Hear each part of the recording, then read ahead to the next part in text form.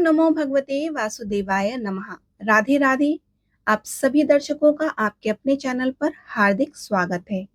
आज के इस वीडियो में आप जानेंगे कि रमा एकादशी कब मनाई जाएगी, क्या है तिथि, शुभ मुहूर्त और साथ ही पारण का समय क्या है वो भी आप जानेंगे।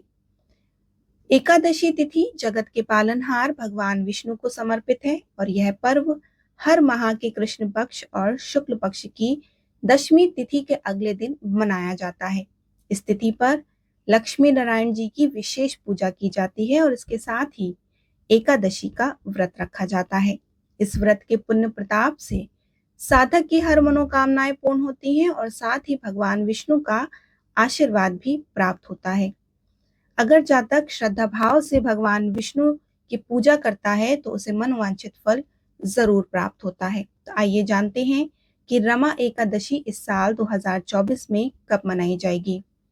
पंचांग के अनुसार इस बार कार्तिक मास के कृष्ण पक्ष की एकादशी तिथि 27 अक्टूबर दिन रविवार की सुबह 5:23 से शुरू हो रही है, जिसका समापन 28 अक्टूबर सोमवार की सुबह 7:51 तक रहेगी।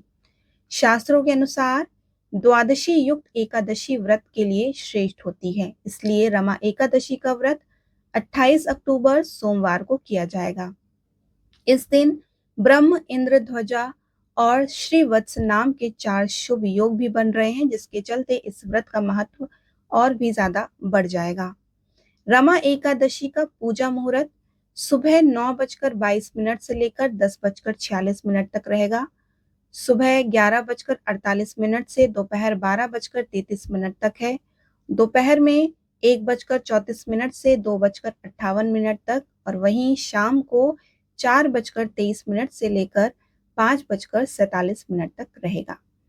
रमा एकादशी का व्रत आप 28 अक्टूबर को करेंगे और रमा एकादशी का व्रत का पारण 29 अक्टूबर दिन मंगलवार को करेंगे। इसके लिए शुभ मुहूर्त सुबह 6:31 से लेकर आपको 8:44 तक मिल रहा है। 28 अक्टूबर सोमवार को आप सुबह जल्दी उठें, स्नान आदि करें और उसके बाद हाथ में जल और चावल लेकर रमा एकादशी व्रत पूजा का आप संकल्प लें।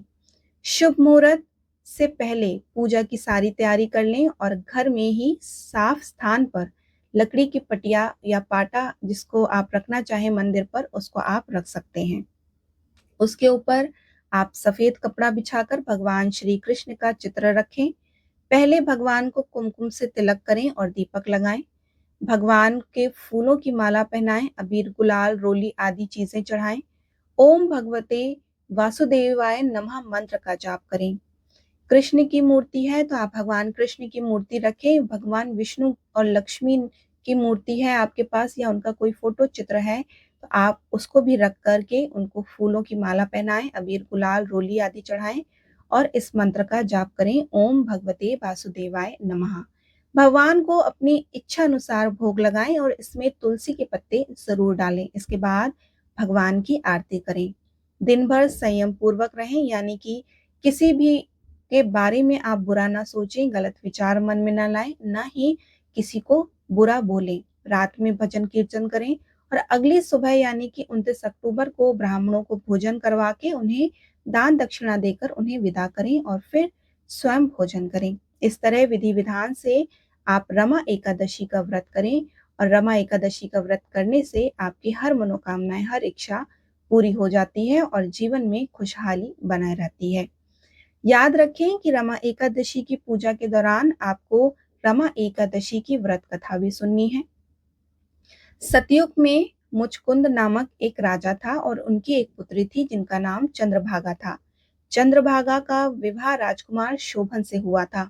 एक बार शोभन अपने ससुराल आया तो उस दिन संयोग से एकादशी तिथि थी। सभी के लिए एकादशी व्रत करना अनिवार्य था, तो शोभन ने भी ये व्रत किया। भूखे और प्यासे रहने के कारण शोभन की मृत्यु हो गई और किसी ने भी इसका कल्पना भी नहीं की थी। पति की मृत्यु से चंद्रभागा और राजा मुचकुंद बहुत दुखी हुए।